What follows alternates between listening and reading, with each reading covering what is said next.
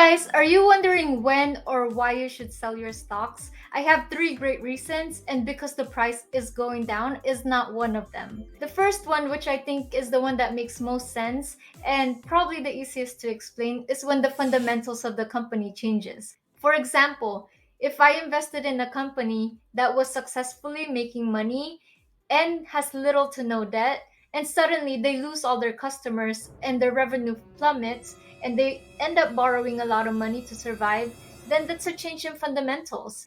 I would consider selling if it's too hard for me to determine what the future of the company looks like. The second reason is when I find a better companies to invest in or better opportunities. For example, if I bought a stock that I thought was worth $50 and I only paid the price of $25 for it, I have a $25 potential upside. If all of a sudden the price of that stock goes up to $40, even if it hasn't reached my $50 valuation, I would consider selling if I find another stock that has a bigger upside potential. Before I move on to the third one, please tickle that like button so that YouTube will know to show this video to more people. Thank you so much. The third reason why I would consider selling a stock is for tax loss harvesting purposes, which is when you sell at a loss to offset your gains. For example, if I bought stock X at $100 and suddenly it went down to 50, and stock Y is almost the same stock that also went from $100 to $50, what I can do